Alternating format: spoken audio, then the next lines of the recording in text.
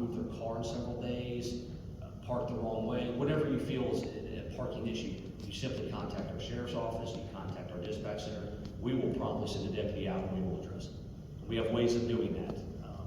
We can remedy it then and there if it's the violations egregious enough, or we can actually issue county citations for parking violations. And there's a whole process where the driver can appeal within a 14-day process. So we will take the enforcement action, but again, we rely on the citizens to call them in because we don't want to be going down and kind of sniping violation after violation and going down your street. Unfortunately, we have other higher priority stuff we sort of need to get to. So again, if you feel it's the case, just call dispatch, call our sheriff's office. We will respond appropriately. Any questions on that one?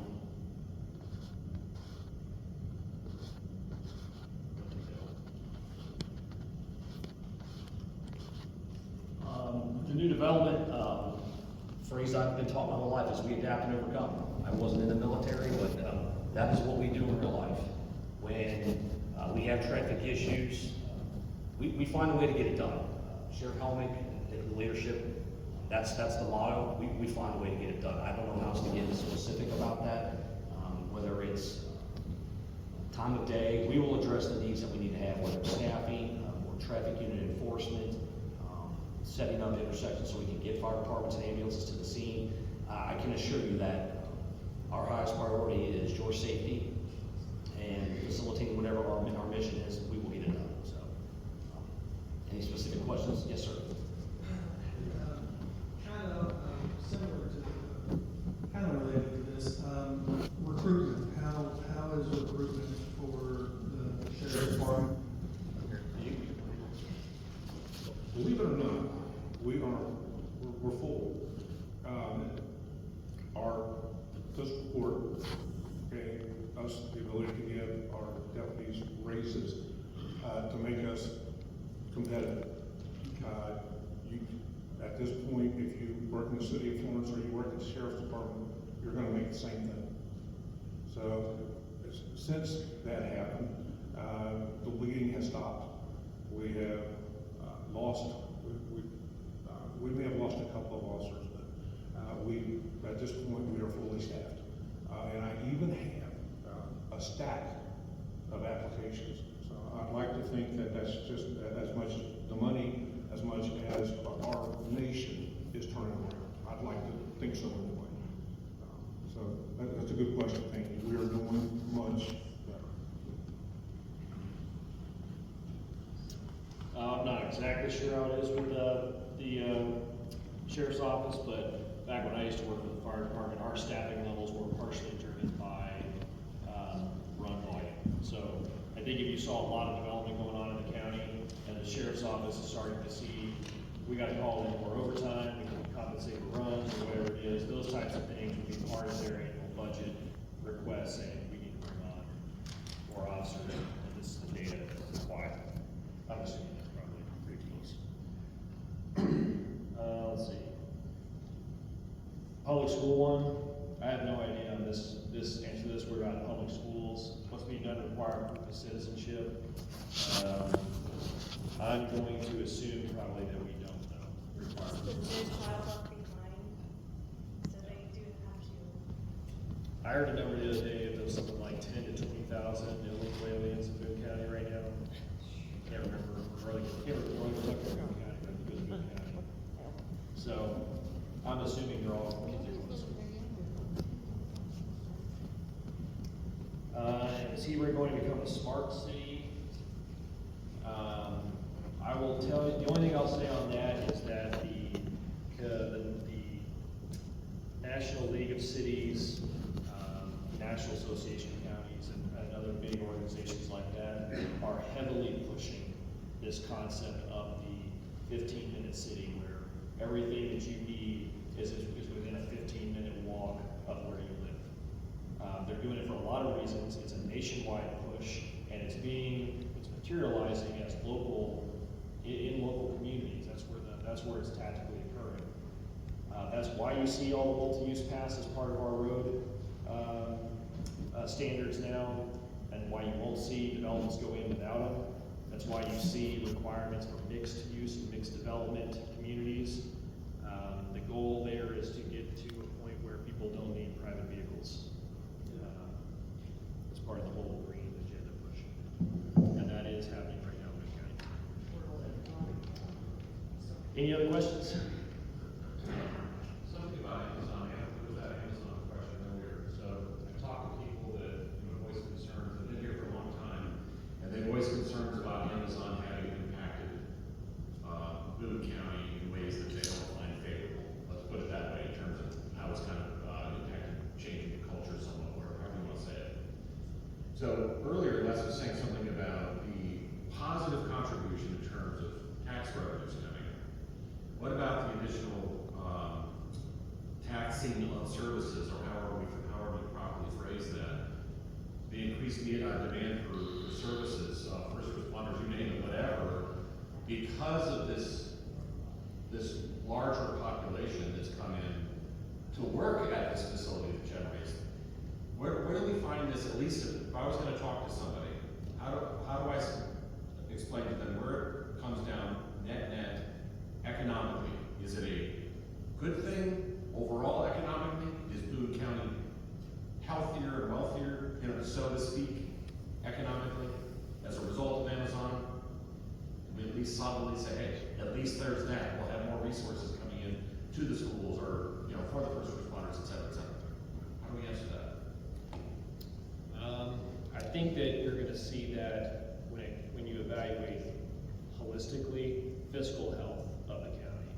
So I don't know that you're gonna have any specific individual metric like traffic or fire or police or anything like that, but the services that are funded by the county budget, if the county is in good fiscal health, despite all these things coming in, and we're still providing the same level of service, then we're probably doing okay, and we haven't gone over that threshold. But if we start to see a degrading of our overall fiscal health while trying to maintain services, that would probably be the time when we need to look at, is there something out of whack here? In terms of what we're providing and why we're providing it versus the revenue coming in. I don't have a better answer than that right now. Any other questions? I just wanted to say thank you for continuing to push the planning commission for better communication. I think that's really important for us here at Hebron. We've gone through some of that. I think one of the issues that I think would be good, that was touched on by someone else, I believe, is getting the information before these meetings, because you get to the meeting to get the information, and then by that time it's too late. And I think some sort of requirement, there's a requirement for neighbors to get information, like a letter that, hey, this is going to happen, but there's no information provided with that. And so I think that's one of the things that I hear a lot from my neighbors here in Hebron. So I just would encourage you to keep pushing that and to help us out in that regard of getting the information. Also, just a question, how does planning and then fiscal court consider the approval of projects and the impact on the schools? I serve as one of the community members on the family resource up at North Point Elementary, and my daughter goes to Thornwell. So I kind of get an understanding of some of these projects and apartments. Some of them are going to go, and Thornwell is already almost at the seams. North Point is not.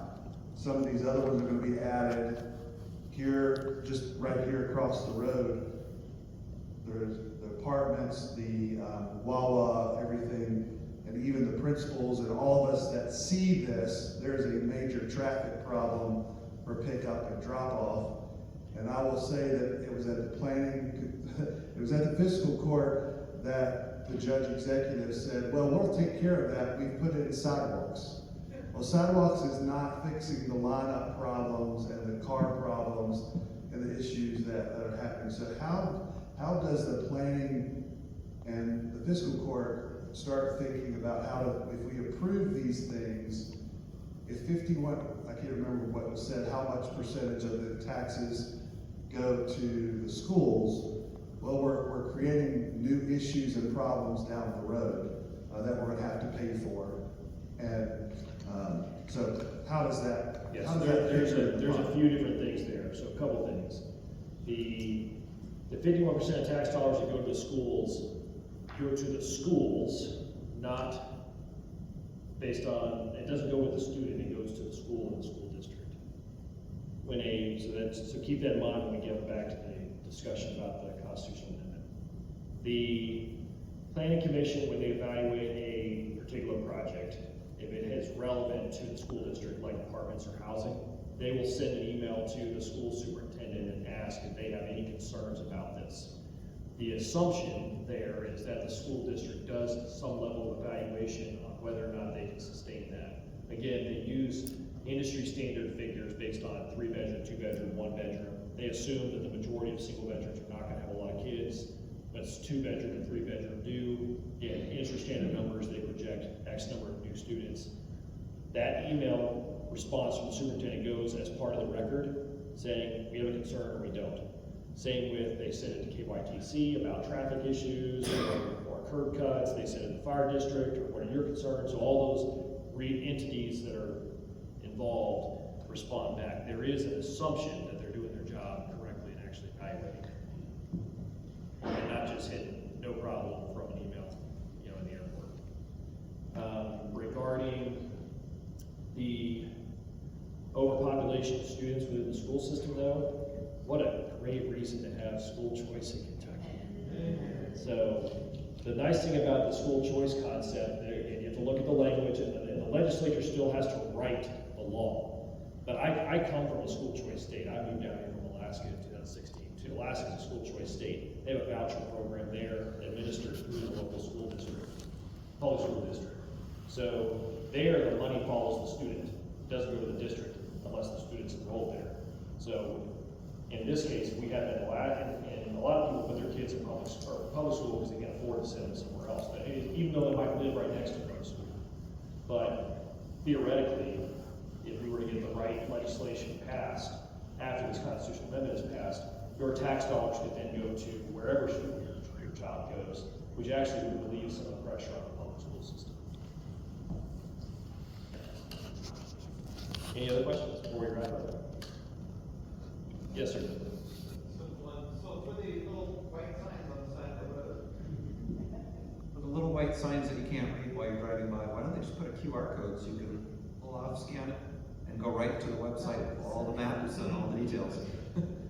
I think that sounds like a good idea in theory, but the only thing worse than trying to read the sign is trying to scan it while driving.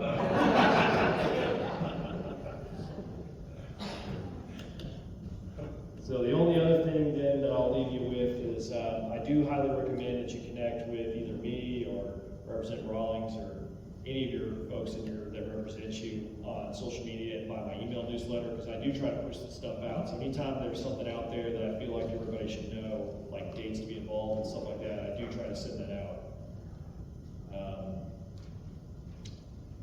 And my intention is always to send it out once or twice a week, but that never happens. Any other questions? Yes, sir.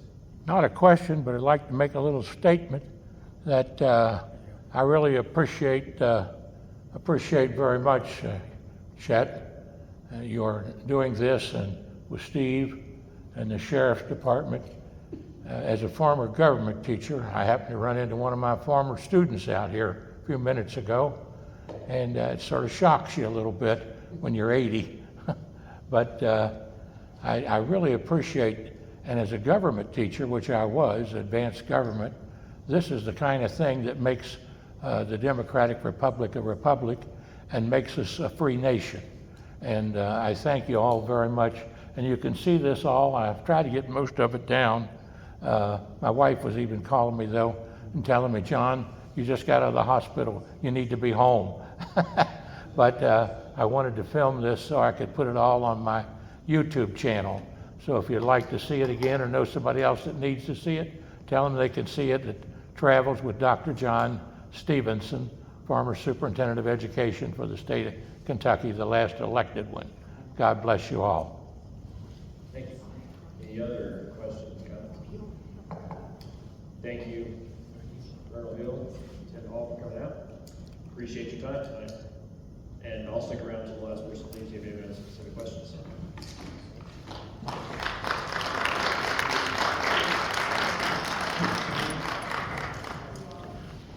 And if you, I know you guys are all from Hebron, but if you've got an idea for another place that you do that would like this, like a town hall like this, feel free to let me know.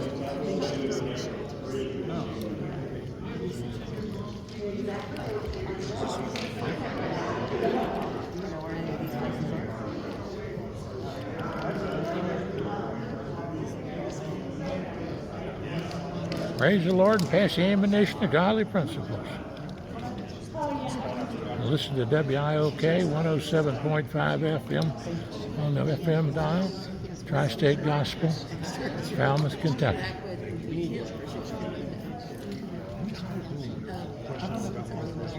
You can reach me at 859-750-0000. Join us on YouTube or Facebook. God bless you. Nice to see you.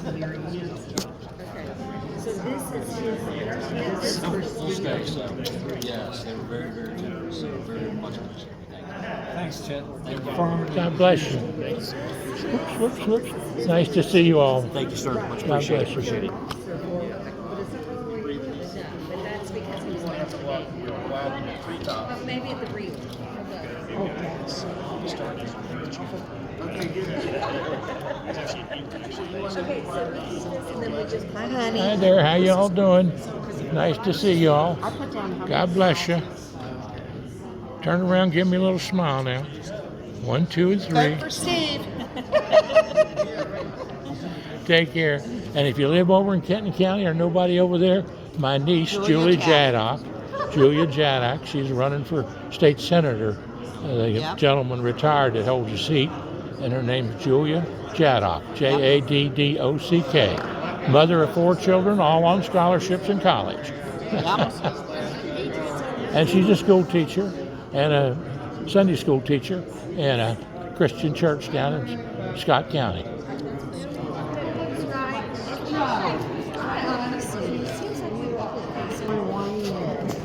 Now there's one of the greatest new legislators to come down the pipe. Well, I'm not a new legislator yet. Well, I'm working on it. We're going to get him.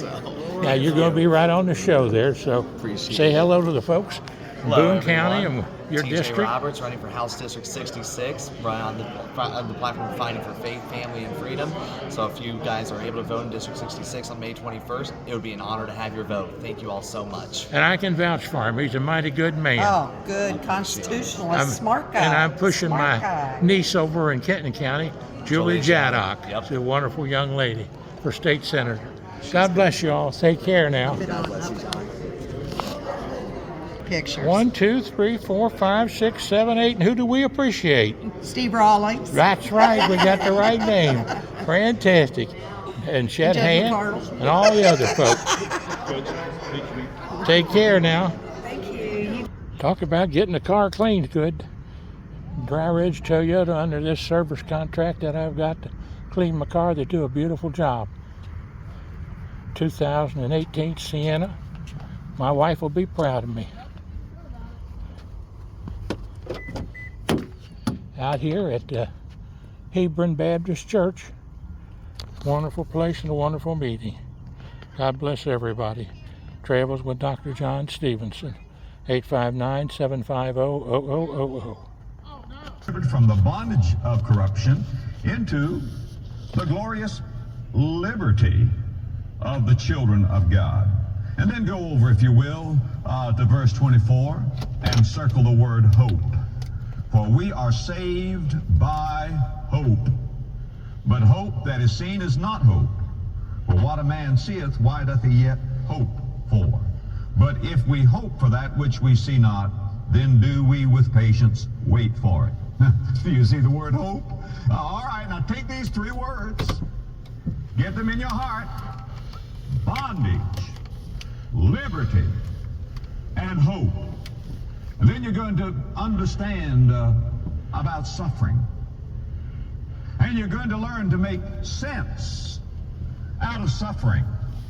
And you're going to find out that there is a God, and that this God is a good God. Now let's think first of all about the word bondage. And bondage Listening to Adrian Rogers on WIOK 107.5 FM on the radio dial. This war, this strife, this suffering. Why Post is it Office here? Box 50, Falmouth, Kentucky. Well, because of a curse that's 41040 on zip code. mankind. It's here because of sin. Thanks to Gil and Jan Because of Hammond sin. for 32 We years can't of give Christian any other music word and than that great one ministers like short, Adrian little, Rogers, three-letter Michael word. Youssef, David Sin. Jeremiah, God made a perfect world. Ann Graham But Lott, sin entered into that Carl world. Martin, Adam sinned, and Gil when he Hammond. did, Wonderful he dragged folks. all of creation down with him. Now that brings us a real question. What a meeting. Why did God allow that? An educational meeting. I mean, if God is a good God, why did God even allow Adam to sin? Why did God even create the potentiality, the possibility of sin? How could a good God allow such things? That is what the Apostle Paul is dealing with here, so that we can make sense out of our suffering. Now let me back up and tell you that God is the author of everything. That God did make everything. And when God made everything, God made it absolutely perfect. And he made a man and a woman, put that man and woman in a perfect environment. Now listen carefully. Listen. And the perfect God gave to man and woman perfect freedom. That's what God made. God made everything perfect. He made a perfect man, he made a perfect woman, put them in a perfect place, and gave them perfect freedom. Now, why did he make man perfectly free? Because what is the highest good? Love. God is a God of love. Now, what good is love if there's nobody to love, no love to give, and no love to receive? A song is not a song until you sing it. A bell is not a bell until you ring it. Love is not love until you give it and receive it. So God wants love. So God created two creatures, Adam and Eve, that he could love and so they could love him. Now, why did God make them free? Because forced love is not love. Right. Forced love is a contradiction in terms. Absolutely. God has to give us freedom so that we can love. In order to choose good, we have to have the freedom to choose evil. Or else, the choice to choose good is not a choice at all. He gave them the ability to choose, but they chose sin, they chose evil. And when they did, all of creation fell into a bondage that the Bible calls the bondage of corruption. Today's curse. When Adam sinned, I said he drug all of creation down with him. What is this bondage that we talk about in verses 21 and 22? Let me tell you what happened to creation. You want to know why today's newspaper reads like it does? There's a curse. Yesterday's curse is upon everything. For example, there's a curse on the animal kingdom. When God made creation, when God put the animals in the Garden of Eden, he did not put them in there with the law of tooth and fang and claw. That's the result of the curse of sin. The animal kingdom was cursed. There's a curse on the mineral kingdom. Listen to Genesis chapter 3, verse 17. And unto Adam he said, because thou hast hearkened unto the voice of thy wife, and hast eaten of the tree of which I commanded thee, saying, thou shalt not eat of it, cursed is the ground for thy sake. And sorrow shalt thou eat of it all the days of thy life. That's the reason that we see all of this ecological problem that so many are worried about in politics. The desert, the waste places, the barren land. This world that was meant to be like the Garden of Eden has become a garden of weeds. Have you ever noticed how much easier it is to grow weeds than vegetables? Not only that,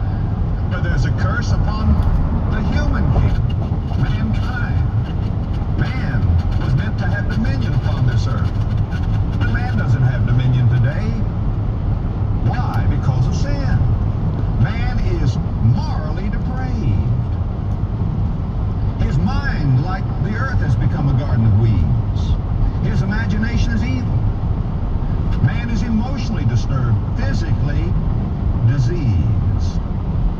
Why do our bodies wear out? Romans 5 verse 12, wherefore as by one man sin entered into the world, and death by sin. You have a polluted gene pool. You have the seeds of death in you. It's caused by sin. And none of us is immune. Now, do you have that? That is yesterday's curse. It happened in the Garden of Eden, and what we're doing is just reaping the bitter fruit of it today. Yesterday's curse, bondage. Now, here's the second thing I want you to see. First of all, the first word was bondage. What's the next word? Liberty. All right? That, my friend, is tomorrow's conquest. Yesterday's curse, tomorrow's conquest. Now remember, God does not destroy evil. What God does is God defeats evil. Now look, if you will, in verses 21 through 23 again. Look at it.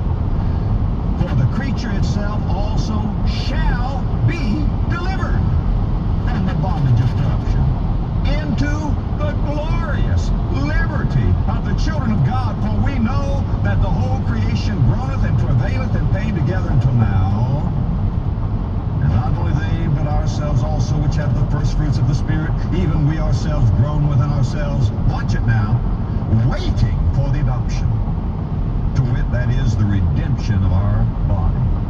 There is a better day coming. The whole creation is moaning and groaning and sighing, pressed down with grief and distress. And to try to save this old world with ecology and politics would be like rearranging the deck chairs on the Titanic. But when Jesus comes, he's going to change it. When Jesus comes, he is going to change it. And this creation is waiting with outstretched arms. It is called the earnest expectation of the creation. When Jesus comes, the trees of the field will clap their hands, the hills will skip like little lambs, and the earth shall be filled with the knowledge of the glory of the Lord as waters that cover the sea. When Jesus comes, the animal kingdom will be changed. Listen to the prophet Isaiah, Isaiah chapter 11, verses 6 and following. The wolf also shall dwell with the lamb, and the leopard shall lie down with the kid, the calf and the young lion and the fatling together, and a little child shall lead them.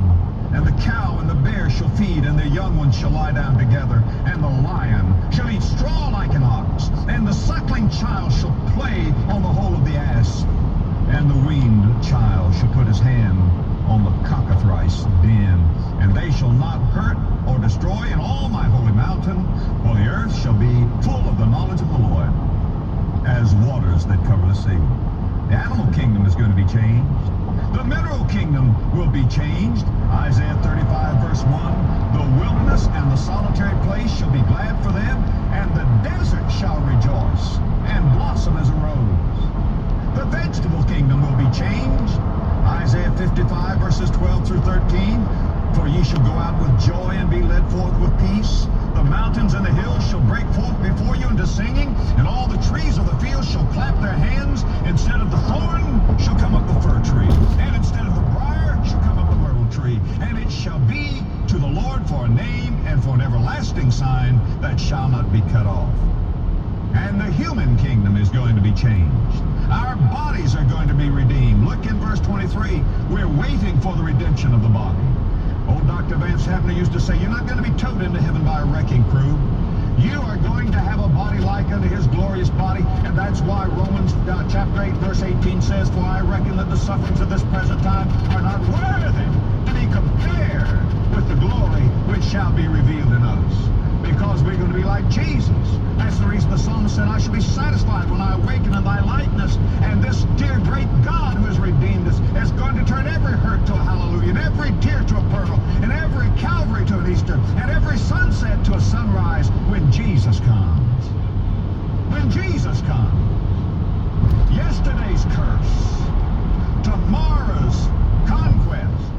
And that's why, my friend, we ought to be praying, longing for, looking for the manifestation of the sons of God.